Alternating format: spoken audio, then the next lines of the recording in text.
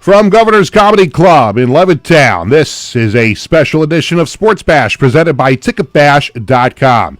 Ticketbash.com, where memories are made affordable and where you'll always never pay a service fee. Check out upcoming flyaways, including Jets versus Dolphins in Miami, Giants versus Falcons in Atlanta.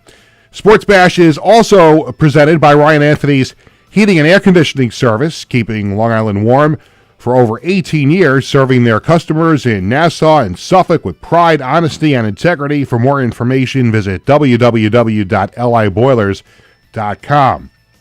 Sports Bash is brought to you by the Embassy Diner, located at 4280 Hempstead Turnpike in Bethpage. Every customer is considered family at the Embassy Diner. Mention Sports Bash, get a free dessert with your meal. By Living Legends, memorabilia and collectibles in Rockville Center, Long Island's go-to store for sports, entertainment, and political memorabilia since 1996. They're also available for charity auctions. Give Warren a call at 516-826-4000. By Bearcat Billing Service, your trusted partner in medical billing. Experience the Bearcat way, personal, professional, and tailored to your needs. Give Gary a call at 516-796-2400 and tell him Sports Bash sent you. By the Marty Lyons Foundation, the official charity of Sports Bash Media. For more information, go to martylyonsfoundation.org. And by Collaborate Studios, a content marketing production facility. For more info, call them at 516-509-8277. Well, hi again, everyone, and welcome to Sports Bash. I'm Peter Schwartz on this Monday, a special Monday edition of the show. 516-465-3990 is the number to call, and make sure you are subscribing to Govs Comedy Club podcast on YouTube so you can follow along on YouTube and comment if you're, a little bashful to call a radio show and a little inside, radio here. I'm going to, pull up the Governor's Comedy Club podcast page just so I can follow along with everybody else on the chat if you'd like to chat with us on YouTube, or you can call us at 516-465-3990. Later on in the show, I'll be joined by Pro Football Newsroom contributor and UFL podcast host Zach Kyleman to talk about the announcement today that the United Football League is going to expand. We'll also chat about the upcoming Arena Football 1 season, so we're excited about that. We'll talk to Zach about both of those things, and we'll also check out the Sports Bash Media poll question of the day. Giant fans, you'll want to be a part of that, so listen in a little bit later on in the show. This segment is presented by the Embassy Diner in Bethpage, where every customer is considered family. The Embassy Diner, located at 4280 Hempstead Turnpike in Bethpage. Mention Sports Bash, get a free dessert with your meal, and I'm sure that Gus and the staff at Embassy Diner is going to be all revved up for Thanksgiving week with a lot of good stuff going on over there at the Embassy Diner, so you want to check that out. I am relatively sick and tired of opening shows about the Jets and Giants. I mean, this was not supposed to be the season that we're having, at least from a Jets perspective. I thought the Giants, if things broke their way, could challenge for a playoff spot. So I'm mildly surprised at what has happened. I'm even more surprised at the dysfunction that has taken place with the Giants, because that's something you expect with the Jets, and certainly they've had plenty of that this year.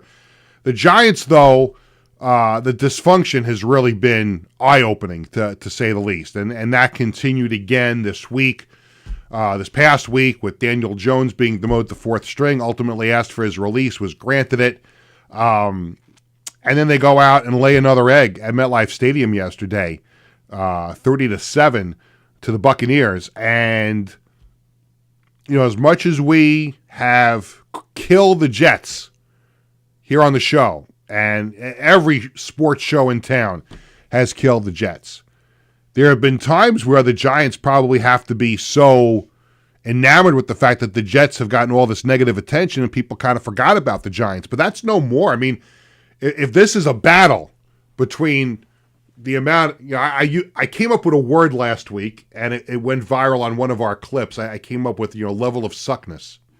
If you remember me bringing that up about the Jets the other day. Like, there's a level of suckness that a team has, and then you have the Jets with their level of suckness. And the Giants probably saw that clip and said, you know what? We need to have Peter talk about our level of suckness, too, on Sports Bash. And I still think the Jets are up here and the Giants were down here at the beginning of the season. The Giants have caught up. They've definitely caught up with the suckness level. And you can trace this back to the offseason. I know the last thing that Giants owner John Mara wanted to be involved with was Hard Knocks. And the Giants agreed to be on the Hard Knocks offseason edition. And you saw those clips where, John Mara was worried about Saquon not getting re-signed, but ultimately signing with the Eagles. And what has happened? He signed with the Eagles. And right now, as we speak on this Monday, the Monday before Thanksgiving, when you start talking about the MVP race in the National Football League, I think the discussion starts and ends with Saquon Barkley, with all due respect to, Josh Allen in Buffalo and Patrick Mahomes and some other guys around the league. I think you look at what Saquon Barkley has brought to the Eagles, especially with the way it ended with the Giants. And he does not get re-signed by the Giants, and he goes to their NFC East rivals. And what a show he put on last night. Did you see that on Sunday Night Football? 255 yards and 2 touchdown runs of 70 yards. One was 70, one was 72. And you don't think John Mara is sitting at home after he watched his team get their ass kicked by the Buccaneers? You don't think John Mara, home watching that game on television, threw something through a window or up against his wall in his house? I mean, you got to be kidding me that they were so enamored with Daniel Jones after the playoff appearance 2 years ago and the playoff win, and they felt compelled to give him $40 million a year and re-sign him, and then they turn around, they don't have that money for Saquon Barkley. They let him walk out the door. And there's this, there's a feeling also is, do you really give a running back that amount of money? Because you can find running backs in the draft all over the place. Look, the Jets, got Breece Hall in the 3rd round. So to a certain extent, you can't really kill them on that. But again, Joe Shane and Brian Daboll are ultimately responsible for the personnel decisions. And it was their choice to go and lock up Daniel Jones. Now he's not a Giant anymore. And they let Saquon Barkley go down I-95 to Philadelphia, and he's ripping it up there. So yesterday if you're a Giants fan, yesterday had to just absolutely suck. Watch your team get blown out at home by the Buccaneers, and then you saw Baker Mayfield doing the I'm doing Johnny Manziel money thing. No, here's the Tommy DeVito. I had to channel my inner Italian, which I'm Jewish, but there's a little Italian, I guess, in me. So that Tommy Cutlets, Tommy DeVito thing. So you saw Baker Mayfield doing the Tommy Cutlets thing, mocking it. And if that wasn't enough, you go home and you watch, or you stay at home if you're watching the Giant game on TV, and you're watching the Eagles last night and the Rams, and you see Saquon Barkley go to town on the Rams. It's just unbelievable how things have gone just totally kaput for the Giants this year. And it's interesting because when you have, Shane and Daboll come in their first year, they make the playoffs, they win a playoff game.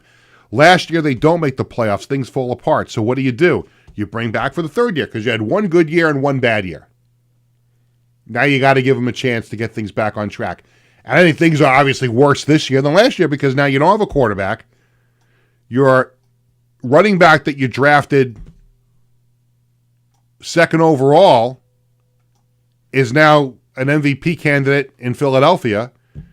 Your defense is soft.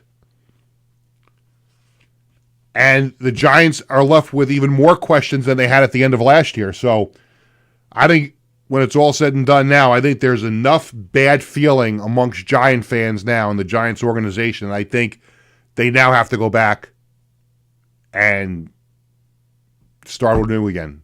Because I don't know how you sell the fans on bringing back Joe Shane and Brian Daboll when the man that they let walk out the door is doing what he's doing in Philadelphia.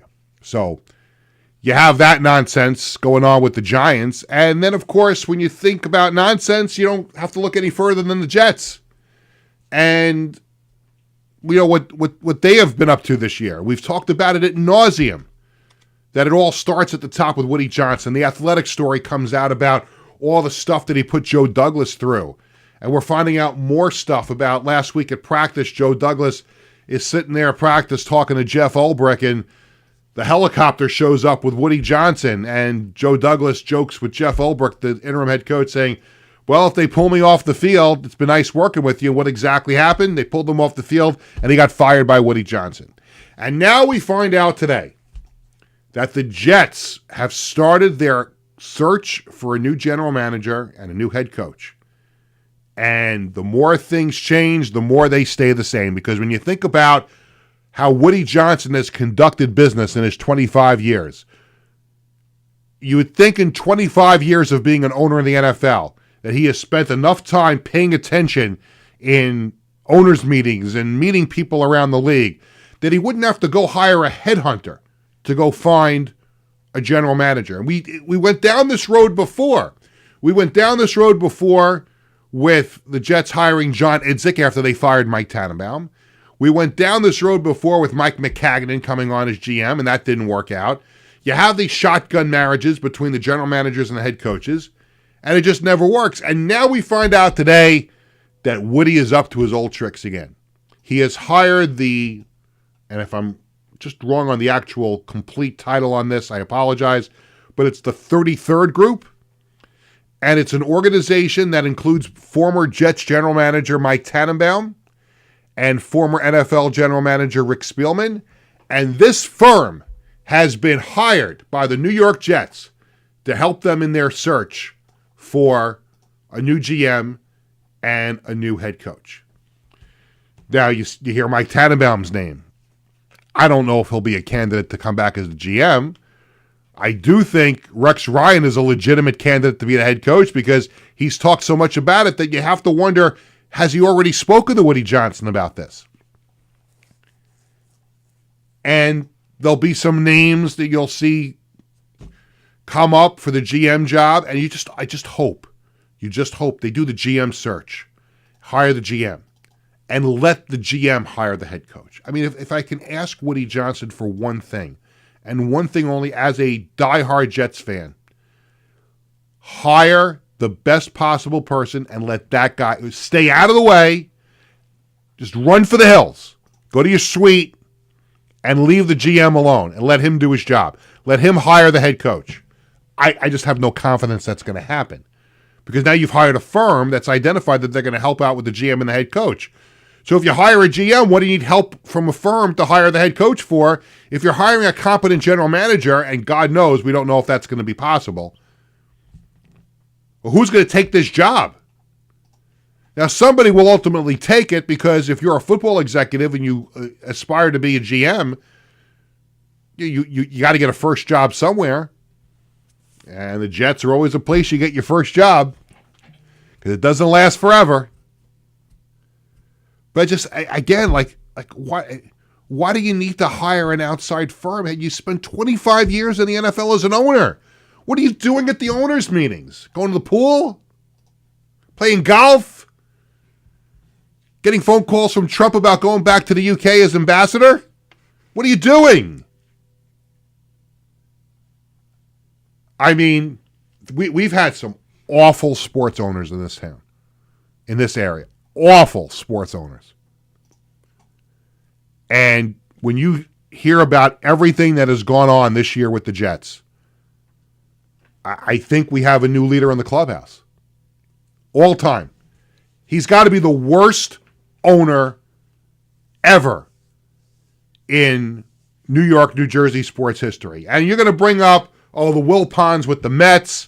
But hey, they had some good years. It's not like they were awful all those years.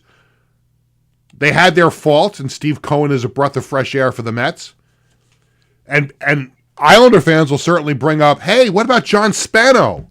He didn't have any money. Yeah, but he somehow still managed, not only did he manage to take control of the Islanders with no money, but he extended the cable deal. Without that cable money, the Islanders would be in Quebec or Kansas City right now. So I can't put John Spano in as the worst. People want to beat up on Charles Wang, and if it wasn't for Charles Wang, the Islanders would have left too. And he was the first one to identify the Belmont Park site for an arena, let John Ledecky and Scott Malkin know about it. And that's why the Islanders are there now. So you can't put Charles Wang in that boat. It's Woody Johnson. Come on, man. They were talking about building a stadium on the west side of Manhattan, getting away from the Giants, finally. And he knew from the start that wasn't going to happen. And he went crawling back to the Giants. Yeah, we'll go in on that new stadium at the Meadowlands. MetLife Stadium, my ass. It's Giant Stadium 2.0. Come on.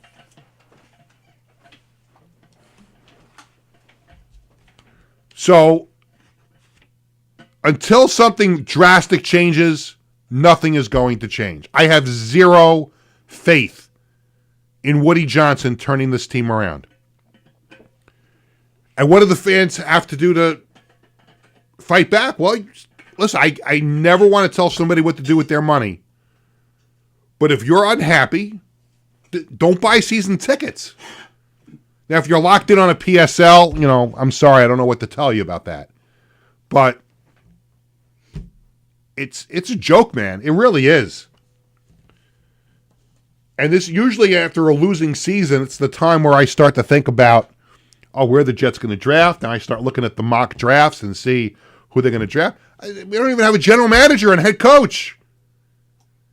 And really the first time that the Jets are going to go into the offseason where, as a fan, how do you have any confidence that it's ever going to get any better under this ownership?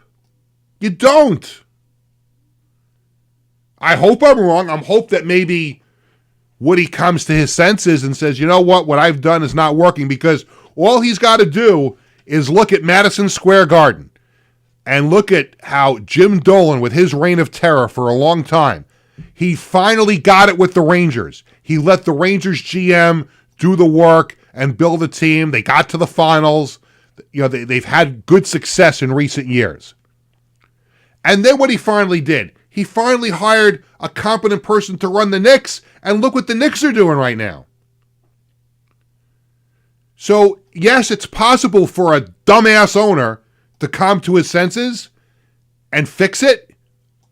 Until I see it, I have no confidence that's going to happen with Woody Johnson. I just don't. I mean, the only thing really I have to look forward to as a Jet fan, there's two things. On December 13th, ESPN's got the 30 for 30 on the SAC Exchange, and we are working to get a member of the SAC Exchange on the show in the next couple of weeks. We could have a member of the defense in studio, not on the SAC Exchange, but a defensive player on the team in studio. We're working on it. We're efforting it. So that's coming up, and I'll be excited to watch that. And, of course, I'll look forward to the Marty Lyons Foundation draft party because I host it every year, and it's so much fun. And I'm starting to think of what my joke is going to be at the beginning, because usually, I come up with something, I welcome everybody to the draft party, and I'm thinking something this year, welcome to the 2025 Marty Lyons Foundation NFL draft party, otherwise known as the night of false hope for Jets fans. How does that sound? Tony, you like that? I like that. You like that, right? I'll come up with something clever that night. But I like that only because we're surrounded by so many great people and it's a fun event. But, again, over the Jets draft, we'll see if it works out. I'm just tired of having a bad attitude about it. At least, again, this year, and I've tweeted about this, and I've talked about it, at least my son's college football team gave me happiness. Bradley's WestCon team with a big win Saturday in the bowl game. We'll talk about that later in the show. And, of course, I talked about this as well. My younger son, Jared, coached the flag football team that got to the Super Bowl. So at least my football weekends weren't a complete mess with the Jets. I have to tell you something, too, and then I'm going to go to a break because we're going to welcome in our guest. Yesterday had to be the most relaxing NFL Sunday I've had in a long time because the Jets didn't play. They couldn't rip my heart out yesterday. And I sat on the couch. We watched a little bit of the Giant game. We flipped over to the Washington-Dallas game. I'm sitting back on the couch like this, And I'm like, oh, this is relaxing. Have lunch. Jets aren't playing. That's great. It was a blast yesterday. That's what I got on this Monday before Thanksgiving. That's what we got. We're going to step aside for a second. Coming up on Sports Bash, I'll be joined by Pro Football Newsroom contributor and UFL podcast host Zach Kyleman to talk about the announcement today that the United Football League is going to expand. We'll also chat about the upcoming Arena Football 1 season. That is all coming up when Sports Bash returns right after this. Hi, I'm Peter Schwartz. And I'm Vinny Tickets. We want to take a moment to talk about our fantastic sponsor, the Embassy Diner. Embassy Diner has been a beloved staple in the restaurant industry for over 50 years. And the great thing about it is when you walk through the door, you're not a customer. You are family. Every visit promises to be filled with warmth, love, and respect. And here's an extra treat. If you mention Sports Bash during your visit, you enjoy a free dessert on the Embassy Diner. Come on down to the Embassy Diner, where great food and great company are always on the menu. Visit the Embassy Diner, located at 4280 Hempstead Turnpike in Bethpage. Hi, I'm Peter. Living Legends Memorabilia and Collectibles is the best place to find autographed entertainment and sports memorabilia. We guarantee the authenticity of each and every item in our shop to provide you with quality collectibles anytime you browse our inventory. Our memorabilia includes autographed photos, sports equipment, jerseys, hats, and other paraphernalia from current athletes and legendary sports stars. If you prefer the entertainment industry, we have signed posters, albums, and photographs from classic movie stars and today's celebrities. To give back to our community, we participate in fundraising auctions for local charities. Call us today to request a specific autograph, find a special gift for someone else, or schedule an event. Living Legends Memorabilia and Collectibles.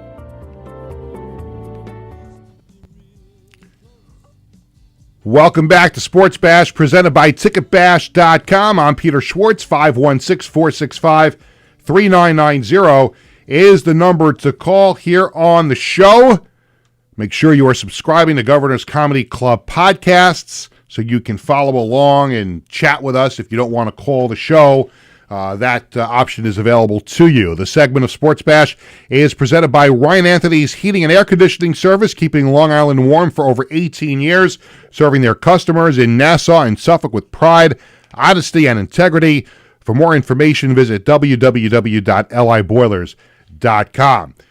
You know, the professional football season doesn't only take place during the fall with the NFL and also to a certain extent with the CFL, but spring football is still very much a viable option here in North America. The XFL and the USFL merging last year to become the United Football League. You've got arena football still going strong here in North America. And on the line with us to talk about a big announcement today by the United Football League is Zach Kyleman. He is a contributor for Pro Football Newsroom. He's also the host of the UFL podcast. And Zach joins us here on Sports Bash. Zach, it's Peter. How are you?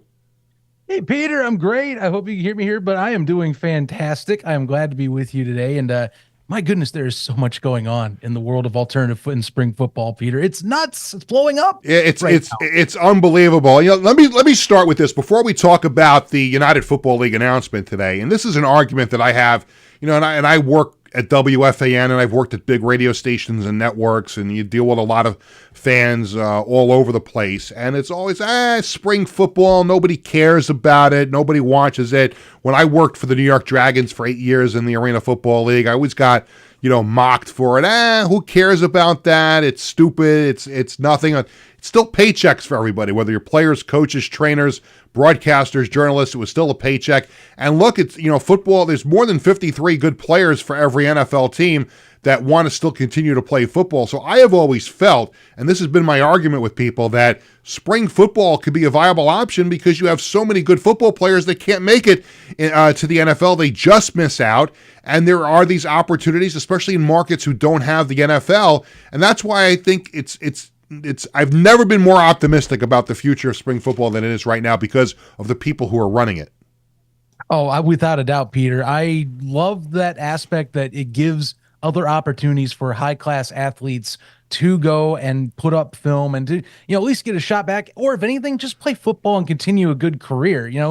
The thing that always I've found interesting is after college, it seems like we kind of just forget about a lot of athletes in that scene. They get a lot of praise for being great college athletes for their schools, but all of a sudden when we go beyond that 4 or 5 years, maybe now 6 now, given how the scene is anymore, it's just, they disappear, and it's like along forever. It's like, no, there's another opportunity. You got another pathway to make a name for yourself. There's legends now coming up in this sport, especially UFL, the USFL, XFL last several years, that are really good players at that level and have at least gotten shots to go to camp. Some, as we've seen, have stuck and are making stories even this year in the NFL right now. It was always great for me to be, with the Dragons and the original, the old AFL, and you broadcast games and you do stories about guys who are making a name for themselves in that league, and then they wind up getting those opportunities in the NFL or in the CFL or whatever it might be. And it's just so heartwarming to see that the dream doesn't have to die, whether you're a player or coach,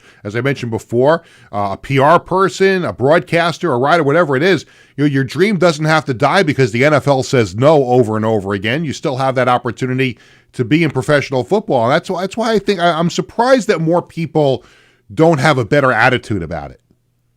It's hard to say. I think one thing we as a country have noticed is that when it comes to football, the NFL, it's very much, we're so used to having that one top league, and then college is so good across the board, I think, in terms of not only play for a lot of the higher profile schools, but really good culture of football there too. So a lot of people, I think, accept college football is just that level below, and then we move up to the NFL, and the NFL out of the main leagues, if we're talking NHL, NBA, MLB, it's really the only one that doesn't have a farm system. MLS even has a farm system in the way they do USL, at least in some regard, and MLS Next Pro that they're doing. The NFL is really not the only one that doesn't do that. And so people aren't used to it, I think. The hope is you have to have something stick around too, which, as you and I may know, and especially if you're talking AF1 alone or AFL alone back in the day, it's got to stay and last. And, that hasn't happened yet. Hopefully it does now. Yeah, hopefully it's back on track forever. We'll get to the Arena Football League and Arena Football 1 a little bit, but let's talk about the big announcement today from the United Football League. As I mentioned at the top, so the XFL and the USFL merged last year into the United Football League, and you've got the USFL Conference and the XFL Conference, and out of that merger, some teams stayed and some teams from both leagues went away. So now you've got 8 teams in St. Louis, Arlington, Birmingham, Houston, Memphis, San Antonio, St. Louis, and D.C. And now the announcement comes today from the United Football League that they are opening up the door for expansion. They're going to welcome expansion inquiries from other markets. And I think, when you think about all the spring football leagues, whether you can go back to the original XFL that I was a part of in 2001 with the New York, New Jersey Hitmen, and you can go to some of the other spring leagues that popped up. It just never lasted. And now for the first time, you see that stability. The merger between these two leagues really solidified things, solidified how they were going to run this league. And now they have opened the door for expansion. It is a great day for people who work in, follow, and are a fan of spring football. It was a really encouraging sign today. I think that's what's got a lot of people even more thrilled about this announcement. There weren't even teams announced. There weren't even markets announced. The reason why you have so much buzz around this is not only that you're going to see more markets, but the fact that folks that have been following this scene, and it's a much more constrained community right now, it is growing, but those in that community that have been through all that thick and thin, XFL, USFL, even farther back if you want to talk, and even now recent memories of XFL 2020, they're just wanting to see growth. That's a growth metric right there. They're saying, hey, we've got a stable group. We got a stable business model. We feel, we got to work on they do have to work on a few things. They've addressed that too in offhand interviews, and they have a full season where they're not merging this year, which is great. But it shows that both companies that are main stakeholders in this, Redbird Capital and Fox Sports, they're very much invested. That's a very big investment statement right there. If you're saying we're ready to move and put more teams in by 2026, and according to Mike Mitchell at Sports Illustrated, just kind of following up on some things while we were talking all day, they're looking at, there's talk about 2027. They get up to 12 teams if they can. But the first wave would come in 2026 because they've already announced the plans for 2025. So the first wave of expansion, I would guess 2 teams would come in 2026. That seems to be the common theme. They're not going to be able to do anything. It's too late in the cycle for 2025. They're still needing to get a schedule out right now, and they're still finishing up some venue knickknacks here and there on trying to get that piece together, because they do have to work with different tenants at those venues to get the schedule ready. But there's a good runway to 2026. You can now, while the season's going, you can have that conversation with executives to start talking to communities and who comes and presents to you as the best possible case for you to go to possibly 1 to 2. You want to do an even number. You don't want to do an odd number with scheduling. It makes it a little bit more chaotic. So two definitely is the leading one right now as of today. Zach Heilman is my guest. He is a Pro Football Newsroom contributor and host of the UFL podcast, and he joins us here on Sports Bash to talk about the big announcement from the United Football League today that they are going to expand. So, as I mentioned before, the XFL lost some teams, the USFL lost some teams as a result of the merger. What are you hearing? What's the scuttlebutt? Who would be interested in coming back in? Here in New York, we had the original New York, New Jersey Hitmen in the XFL. Then we had the New York, New Jersey, Gladiators in the reincarnation of the XFL. Then the New Jersey Generals, although they never played a game in New Jersey, they were at a host city. I think they were in Canton for a while. I think there was another market that hosted them too, but they were one of the teams that didn't get brought back. Does New York, New Jersey have a shot at one of these expansion teams? What do you think the league is thinking about where to go? So I think what they're looking for most, it was kind of highlighted in their press release on this, but I agree with this beyond the speak of the PR team. And it's that they're looking for fan bases, I think, that are heavily engaged, want a new sport or at least a sport for their market to crave. Kind of that mid-major market, I feel like, is the best one a lot of people target. St. Louis, it was a case where, they needed someone filled in, but it's a big city, so something like that. And you can't get to St. Louis every time, but the hopes are they're getting something like maybe a DC is more of their type of attendance, where they can get like that 10 to 15,000 mark range of attendance right out the gate. They have someone that, you can get into market really quick and kind of get invested. New York, New Jersey is going to be a little tough, because the other element to this is going to be, is your venue affordable, and can you get a good venue rate as well? This applies any of the alternative leagues. The NFL, it's a little different. You got tons of monies coming in. Here, they're getting more partnerships and they're growing, but they also still have to be a little sensible on where they go. So New York, New Jersey seems a little less likely. Some of the ones I've kind of just been brainstorming with folks today, just thinking about some of the past relationships that they've had. So New Orleans apparently was close to the finish line of getting a home spot in the USFL. Remember, they were playing in a hub over in Birmingham. They were in talks to go somewhere and play at a USL stadium in New Orleans. Canton, Ohio was a very good partner to the USFL as well. That's a great stadium. That's a thing. My family and I were at the Hall of Fame game last year for the Jets and Browns. My son was in USA football program for a while. He played a couple of games there. That place is phenomenal. I love Tom Benson Stadium, and there was actually a recent report that came out. So they have the Hall of Fame Village on there, and that massive campus. They're trying to build up. It's been through some tough times, but one thing that I think does bode well to where I'm going to keep an eye on Canton is they lost a massive revenue stream when the USFL had to move away from Canton in this merger. And just thinking about how you get deals done to get teams in sports, I would not be shocked if I am a resident or any city official of Canton, Ohio, thinking about how that experience was with the league those 2 years with the USFL and Fox Sports. I'd be reaching out immediately hearing this, trying to see if there's any possibility. You can draw people from Cleveland. You've got that Hall of Fame Village backdrop. Again, it was a really good venue, and it got people coming out for just neutral site games. Imagine if you get a team brand there, and from what I understand, at least one of the UFL owns one of the Canton Bulldogs marks. So, it's kind of hinting at something. Not saying that's the team, but there's possibilities there. Otherwise, fully commit to the West Coast, but to do that, I argue you need to do 2 teams in the West Coast to make it logistically make sense. You can't do a one-off. That's too expensive for travel costs to do that and then pick an East Coast team. You gotta do it in one foul swoop. So I think that's coming. I just don't know if it's 2026 that they'll do it, Yeah. My last thing on New York going into the UFL, I mean, I agree with you. The venue situation is very, very tricky. It's always been tricky when you have these niche sports and alternative sports, as you talked about before. To me, the venue that would make sense if they were to want to come back to New York, New Jersey, And I guess this would be up to the Red Bulls if they wanted to allow an American football team to play on their beautiful field at Red Bull Arena. But Red Bull Arena to me would be the venue that makes the most sense. It's 25,000 seats. It's a beautiful place. It's an outstanding venue to see a sporting event. That to me would be the venue that they should look at if they wanted to come back to New York, New Jersey.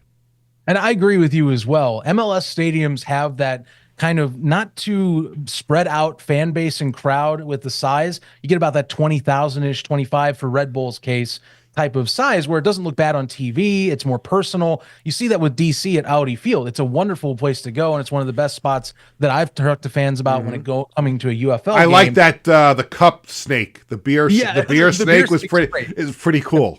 So the lemons. I mean, they got a whole culture stuff going on there. It's wonderful. It's a perfect UFL venue.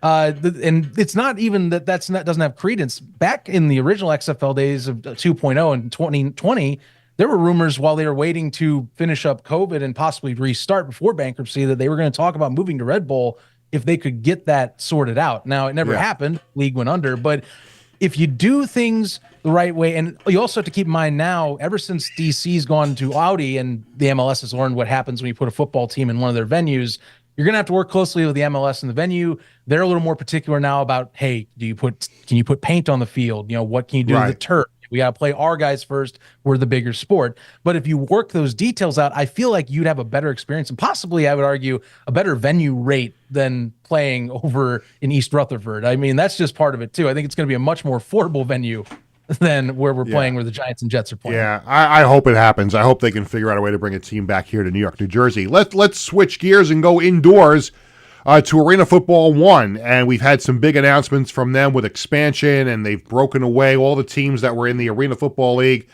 last year, came over to the new Arena Football 1 while the Arena Football League goes through their issues that they had a lot of financial problems last year. But now the teams that survived out of that make up most of this Arena Football 1. They've added some new teams, and they've got great management over there now, obviously, with Jeff Fisher, the former Titans head coach, is involved. Jerry Kurz, who is one of the founding fathers of the original Arena Football League, is heavily involved. So is Gary Compton. Jared Widman is the president of the league. And it just seems like for the first time in a long time, when you're talking about arena football, that there is finally a very, very more than competent group of people that are running it. And for someone like myself, who spent 8 years working in the original Arena Football League, and it was sad to see that go because that was the best job I ever had in my life, was working those 8 years in the Arena Football League. It is fairly nice to feel at least that there is a semblance of hope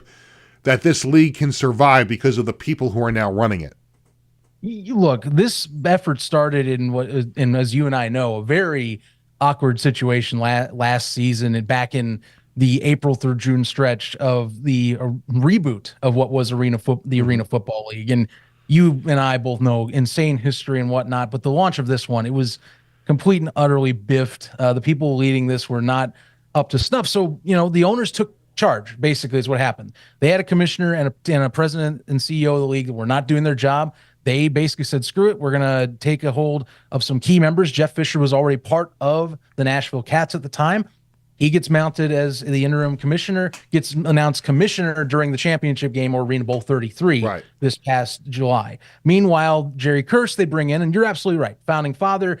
If you want anyone that to me signifies business sense of how this industry works and instantly will tell people, hey, we're trying to fix this. We mean business and we're going to do this the right way. You bring in someone like that has been a commissioner, has been a founding member, has been at the helm of the sport's birth since the beginning back in the late 80s. So, it was the right call.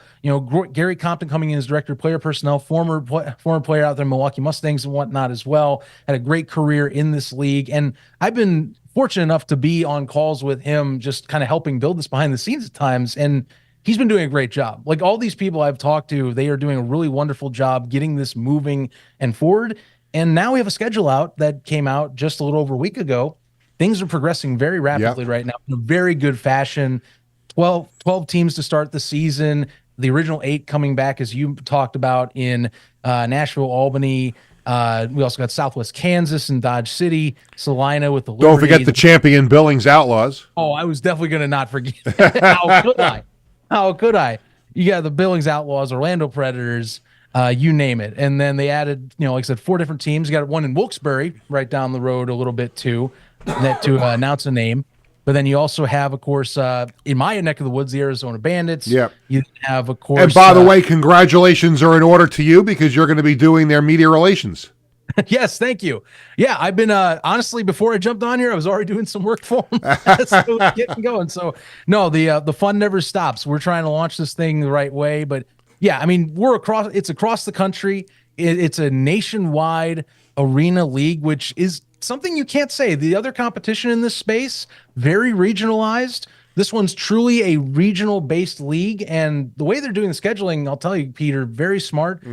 It's 14 weeks. You got 12 games. 9 of those games will be division games. You play your division opponents 3 times in a season, and it's region-based divisions for the 3. Yeah, I think they've done a lot of things the right way. Again, just like the UFL, and even more so, hoping that the Arena Football 1 can figure out a way to bring a team back here to the New York, New Jersey area. I mentioned before I worked for the Dragons for 8 years. I think they're going to have, at least for the short term, I think it's going to be a problem getting a team back here on Long Island because we don't know what the future of the Nassau Coliseum is going to be. For those around the country who are watching that don't know, the Sands Casino has put in a proposal to build a resort on the Coliseum site. Whether the Coliseum is part of that, we just don't know yet. And I think UBS Arena, the new home of the Islanders, is probably going to be a little too expensive for a niche sport like arena football. So I think the Coliseum would be the best option if it survives. Beyond that, then I don't really know if there'll be a viable option, in New York and New Jersey. Maybe they can go to Bridgeport, Connecticut, which is not too far away, but there really isn't that 6, 7, 8,000 seat arena in this area for them to comfortably put a successful team here. Yeah, and it's a different ball game than it was in, say, 2006, 2005. Especially when we're talking 2005, they were on NBC Sports. Yeah. And we're talking at a regular, and regular 10,000 seat games across the country, and really considered a possible next big sport. They were competing with the MLS at the time. Oh yeah, to be America's next big sport. It just didn't work out. And what happened ever since is that it's been kind of in this almost a reset period. Arena Football League did come back as AF1 and then rebranded to Arena Football League. By the way, there's your reference to AF1, the reason why it chose that name. And it's just been kind of trying to find its footing again. So different monies, different budgets, different whatnot. But AF1 setting out to try and get that path back to what we want to see it as its glory days. It's going to be hard. It really is. It's a different sports scene than ever before, different media scene than ever before. But you got to start somewhere. And they have, like you mentioned to start off, it's the right people at the right time to do this. It's now or never to get the sport to that relevancy again. Yeah, I think finally they're on the right track. I think they have the right people, and as long as they continue doing things the right way. I was very impressed. I had to spend a couple of days with Jeff Fisher when the Arena Bowl was taking place at American Dream, and I know how much he's invested in this now and loves the sport, has fallen in love with the sport from his role with the Nashville Cats. So I really think that they are on the right track. Zach, I can't thank you enough for, at the last minute, spending some time with us here to talk about spring football. I think there's a lot of great things on the horizon with the United Football League and with Arena Football 1, and hopefully more announcements to come that'll make fans of spring football very, very happy. Appreciate the time, Peter, and always will do it for you, man. One of the best in the biz. Thanks. I appreciate that. Zach Kyleman from Pro Football Newsroom and also the host of the UFL podcast. When we come back here on the show, we're going to have the Sports Bash Media poll question of the day. We're going to talk about a great football story from over the weekend. And even if I wasn't involved with this, or our family wasn't involved with this, it'd still be a cool story just because of the nature of what had happened. But it was a wonderful Saturday in Danbury, Connecticut. We'll talk about that, and at least it's something nice to talk about with football. Like it brings a smile to my face to talk about that because we don't have to talk about the Jets for a few minutes or the Giants. We're coming back with more right after this.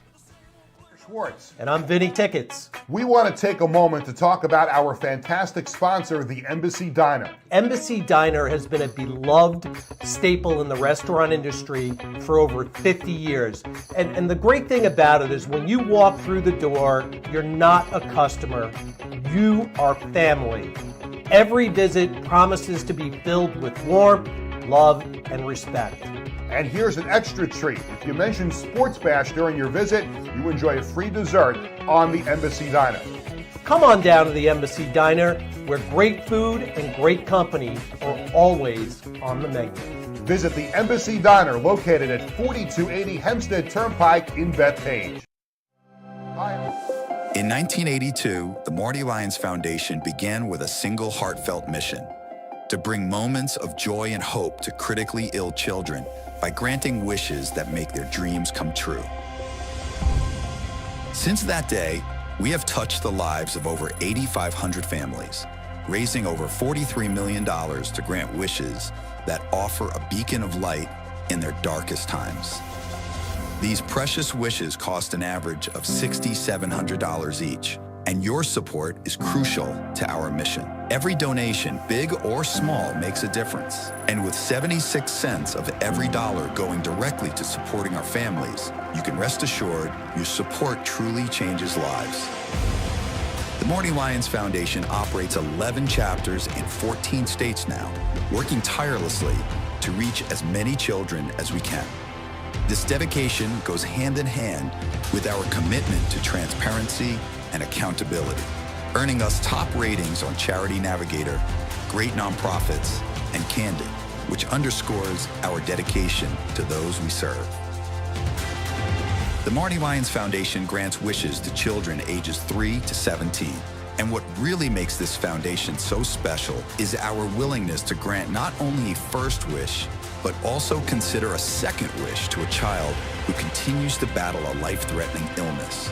We stand by these children, offering them hope and strength through the power of dreams, giving our children the courage to wish for more.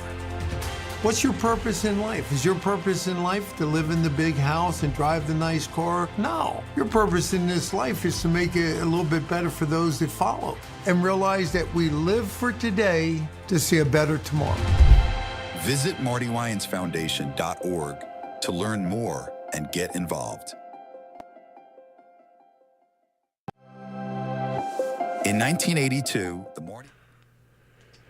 Welcome back to Sports Bash, presented by TicketBash.com. 516-465-3990 is the number to call. I'm Peter Schwartz. Thank you for spending part of your Monday, a special Monday edition of Sports Bash. Because of the Thanksgiving holiday this week, we're on today at 3 o'clock, and then we're going to be on again on Monday at 1 o'clock. So normally we're on Tuesdays and Thursdays at 1 o'clock here on the Governor's Comedy Club podcast page at YouTube. But because of the holiday this week, we are on, today we're on at 3 o'clock and Wednesday at 1. And we've got a great show on Wednesday. I'm going to tell everybody about it a little bit later on, more about it. But I can tell you there'll be a musical guest on Wednesday. So you've already heard me talk about it, but we'll give you the whole kit and caboodle coming up in a little bit. But 516-465-3990 is the number to call. We're going to go to the phone lines. Welcome in our good friend Glenn from Flushing. Glenn, it's Peter. How are you, my friend? Did we lose Glenn? I think we lost him. Glenn, call back. Call back. Please call us back. It sounds like pleading for the man to call back. 516-465-3990. But we do have a big show coming up on Wednesday. We'll tell you about it in a little bit. While we wait for Glenn or other people to call into the show at 516-465-3990, let me give you the Sports Bash Media poll question of the day. It is presented by Living Legends Memorabilia and Collectibles in Rockville Center, Long Island's go-to store for sports, entertainment, and political memorabilia since 1996. They're also available for charity auctions. Give Warren a call at 516-826-4000. We are pleased to have Living Legends on as our newest sponsor. Remember, we do post a new poll question every weekday on the Sports Bash Media X/Twitter page. And here is today's question. It is for Giants fans. Should the Giants fire general manager Joe Shane, and head coach Brian Daboll. 2 choices, yes or no. We made it very simple for you this week with the poll question, or for this day with the poll question. Yes or no, should the Giants fire Joe Shane and Brian Daboll? We'll have another Sports Bash Media poll question. You can find one every day on X Twitter. We'll have another one for you on the show on Wednesday. We have fixed the phone issue. I don't even think it was an issue. I think it was just, I don't know. Stuff happens, right? The problem is right here. Oh, I don't want to blame anybody. Tony is taking the blame for it. So let's go to Glenn in Flushing. Glenn, you're up first here on the show today. How you doing, my friend? All right. How you guys doing? How's everything? Doing great, Glenn. Before I forget, maybe you'll call the show also on Wednesday if there's time. But before I forget, very happy Thanksgiving to you and your family. Oh, thank you. You beat me to the punch. I was going to wish you and Tony a very happy Thanksgiving and all the best for a happy and healthy 25, man. I can't believe it. I can't believe we're almost there yet. But, yes, very thankful to have a great producer like Tony Walker, especially when he hits the wrong button.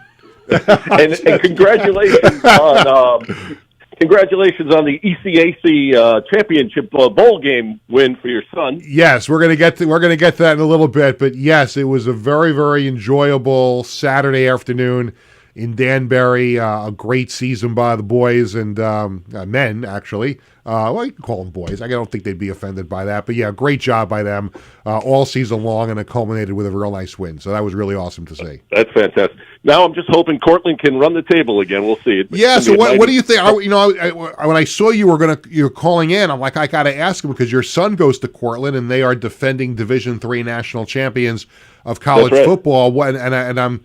I've got a couple other people that I know that are in and around the Cortland program, so I know there's a lot of optimism. What do you think? Can they repeat?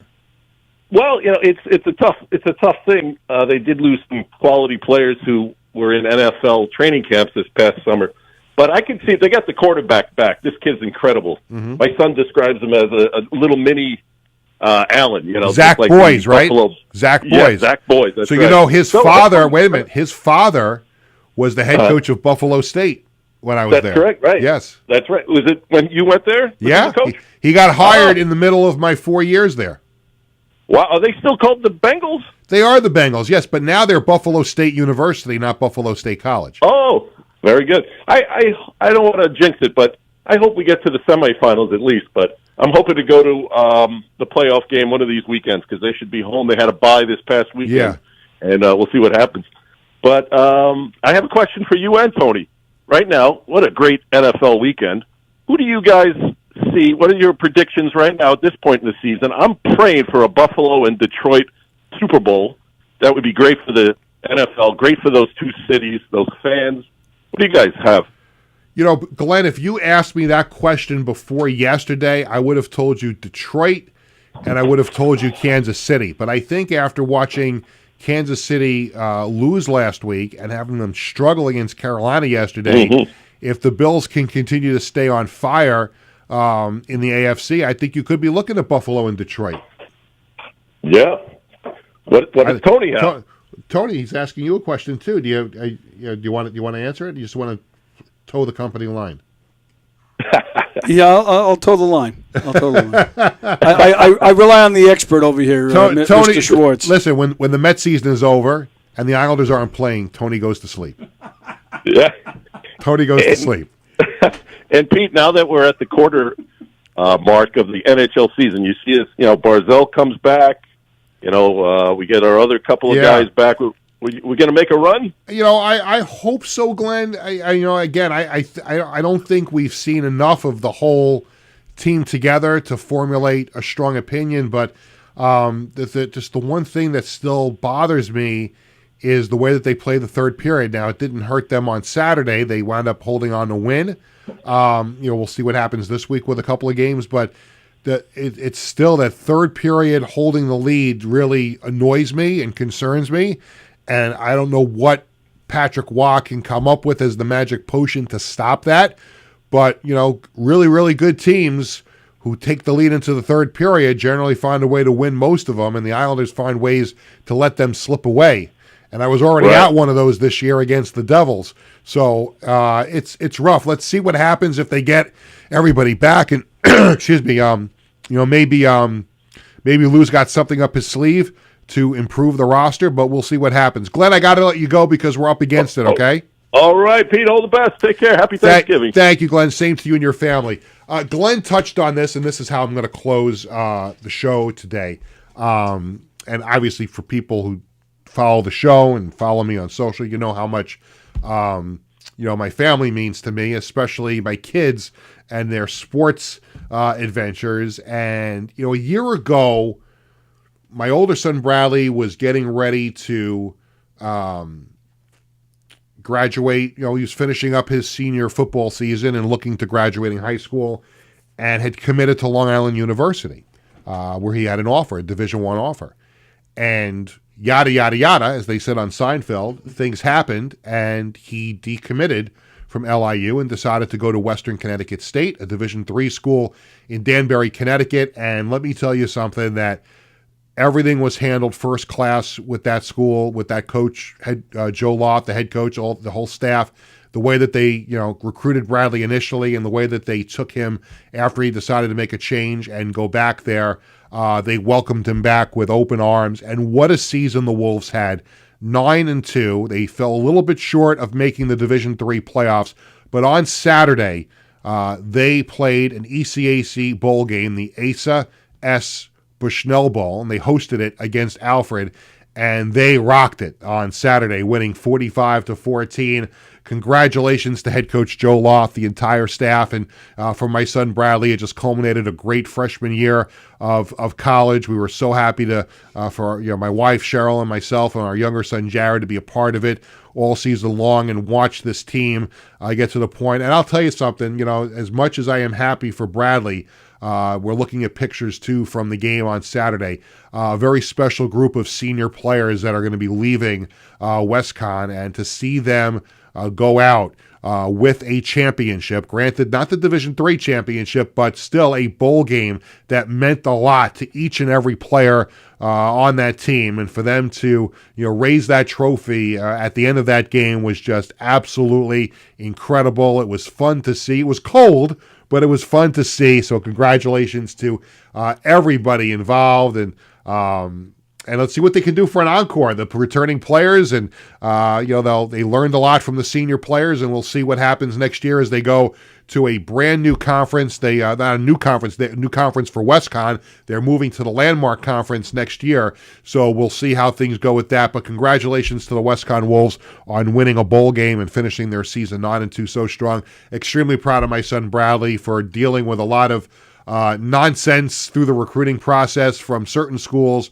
but certainly not from WestCon. And great landing spot for him at WestCon, and had a great winning year. By the way, and I recognized this even before the game on Saturday, and I was joking with Bradley about it when we went up to the game on Saturday. I said, you realize even with 8 wins, even if they didn't win that game, and I had a good feeling they were going to win the game, but even with 8 wins, he had more wins in his freshman year of college than he did in the 2 years of varsity football that he played at high school combined. So, which is pretty good. That's not a bad freshman season to have, to play, to start as a freshman and win a bowl game. That was pretty cool to see. Anyway, that will wrap it up for this edition of a special Monday program of Sports Bash. Coming up on Wednesday at 1 o'clock. Remember, no Tuesday and Thursday show this week. Wednesday at 1 o'clock. Going to be joined by Mike Del Judas from Billy Joel's band. He will join us via Zoom for a segment. It'll be great to catch up. He's got a couple of big shows coming up at Mulcahy's this weekend, so we'll talk to him about that and touring with Billy Joel, the end of the residency, all that good stuff. We'll talk to him about also New Year's Eve at UBS Arena. Schwartz family still hoping to be involved in that somehow. We're trying to get the right people involved. We'll see if we can make our way into the building again like we did last year. Also, North Shore High School head football coach Dan Agavino will be in studio to join to talk about the Nassau Senior Bowl on Thanksgiving morning at Mitchell Field. I'll also be joined by Patricia Traina, who covers the Giants for SI, and she is also the host of the Locked On Giants podcast. That's coming up on Wednesday. That'll do it for this edition of Sports Bash, presented by Ticketbash.com and also Ryan Anthony's Heating and Air Conditioning Service. Also, thanks to Tony Walker, everyone here at Governor's Comedy Club in Levittown. Sports Bash presented by Ticketbash.com. And Ryan Anthony's Heating Service. Sports Bash is sponsored by the Embassy Diner in Bethpage, by Bearcat Building Service, the Marty Lyons Foundation, and Collaborate Studios. For our entire crew, I'm Peter Schwartz. Thanks for watching. See you Wednesday at 1. Have a great day, everyone.